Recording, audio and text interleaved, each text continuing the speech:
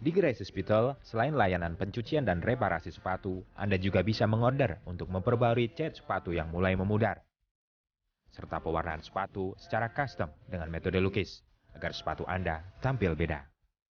Dua layanan ini dilakukan di bengkel sepatu 23 yang masih berada satu manajemen dengan Hospital. Dengan jumlah kru keseluruhan 8 orang, Bona melayani para pelanggan yang naik secara signifikan sejak dari awal Hospital berdiri. Bona pun mulai berpikir untuk membuka gerai di beberapa tempat lain di sekitar Pulau Jawa. Oke, jadi Bona kalau di Hospital ini ada cleaningnya sama repairnya. Nah kalau di sepatu 23 itu lebih ke repaint sama custom gitu ya? Iya, betul. Repaint sama custom. Mengembalikan warna yang pudar sama gambar gitu. Biar lebih maksimal lah hasilnya ya. Oke, baik. Nah, jadi sekarang kita ngomongin soal unsur ide kreatif nih. Kalau misalnya kita lihat nih di sini apa ada dokternya, kostumnya seperti itu. Seperti apa Anda menggalinya waktu itu? Iya, jadi awalnya startup bisnis ini mau nyari nama yang catchy gitu. Jadi once orang dengar itu langsung refernya ke jasa soal sepatu gitu. Ada beberapa pilihan nama saat itu, saya lupa, banyak lah pokoknya. Sampai akhirnya kepilihlah nama hospital ini gitu, karena ngambil dari hospital gitu. Jadi tinggal dipresetin, terus ya udahlah, saya suka sama nama ini gitu. Jadi orang jarang kepikiran sampai situ, Anda kepikiran sampai situ ya? Iya gitu. Apa gara-gara mentang-mentang dulu backgroundnya kerja di perusahaan agensi gitu? Iya, kurang lebihnya. Jadi dia nih dulu kerja di perusahaan agensi nih, pemirsa. Jadi idenya tuh harus dituntut ide-ide yang gila gitu ya? Ide kreatif, iya kayak gitu. Jadi bisa dibilang gitu juga sih, karena waktu kerja dulu itu di agensi itu biasalah nyari ide nama event, konsep acara kayak gitu. Jadi ya lumayan tertempa di situ sih. Jadi muncullah nama ini. Idenya waktu itu jadi nganter anak imunisasi ke rumah sakit, terus ngeliatin kok ambience-nya seru juga nih gitu. Ada si gorden yang kayak gini. Gitu ya?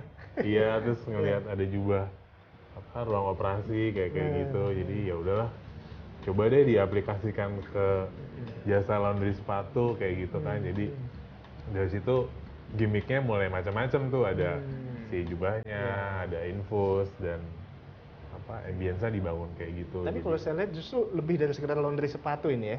Iya, jadi one stop service gitu. One stop service. Oke. Kayak gitu. Baik.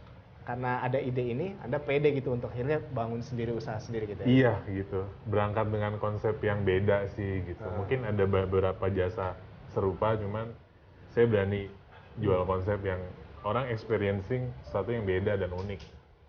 Jadi makanya ya udah, saya akan membantu orang juga kan, merawat dan menyelamatkan sepatunya ya. Menyelamatkan sepatu, iya.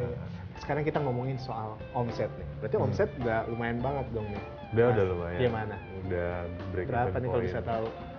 Ya range-nya antara 10 sampai 20. Oke. Nah, kalau pengembangan usahanya gimana? Apakah udah ada outlet baru atau seperti apa? Kita lagi fokus ke sana sih memang. 2016 ini rencananya mau membuka cabang baru. Oh gitu. iya, di mana? Masih ada ya fokusnya di Pulau Jawa dulu sih. Walaupun ada beberapa datang dari luar Pulau Jawa gitu, yang kontak kita mau ikutan buka cabang di luar kota sana gitu. Cuman kita masih fokus di Pulau Jawa dulu aja. Sejak awal berdirinya usaha ini, itu Anda ada berapa karyawannya? Maksudnya ada berapa banyak yang bantu di sini? Apakah ada penambahan juga karyawan atau seperti apa? Iya, ada penambahan pasti, karena lama-lama orderan lumayan banyak gitu, jadi harus ditambah.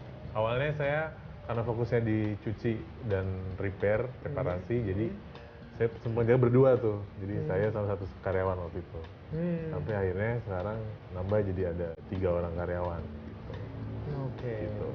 Saya udah nggak ngurusin operasional lagi gitu. Nah, jadi udah diserahkan ke 3 karyawan itu tadi. Karena kalau untuk repaint ada 3 yang fokus repaint sama 2 orang yang fokus di custom menggambar seperti itu.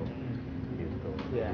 Jadi sebetulnya di sini kan Anda bermain di ide sebetulnya, out of the box. Yang lain hitam semua, Anda tampil dengan warna merah. Jadi seberapa pentingnya sih Iya, sebenarnya itu awalnya balik lagi ke background sih, maksudnya ini sebenarnya melakukan apa yang saya suka gitu. Saya suka sama sneakers, lalu kebetulan dikaitkan dengan konsep yang emang berbeda gitu. Jadi mungkin hal mendasarnya adalah melakukan apa yang disukai dulu gitu. Jadi kayaknya kalau udah melakukan sesuatu yang disukai kan pasti passionnya di situ tuh, pasti dia fokus terus apa ya melakukan sesuatu yang Beda ya. ya Sesuatu yang beda itu sangat penting ya. iya seperti itu.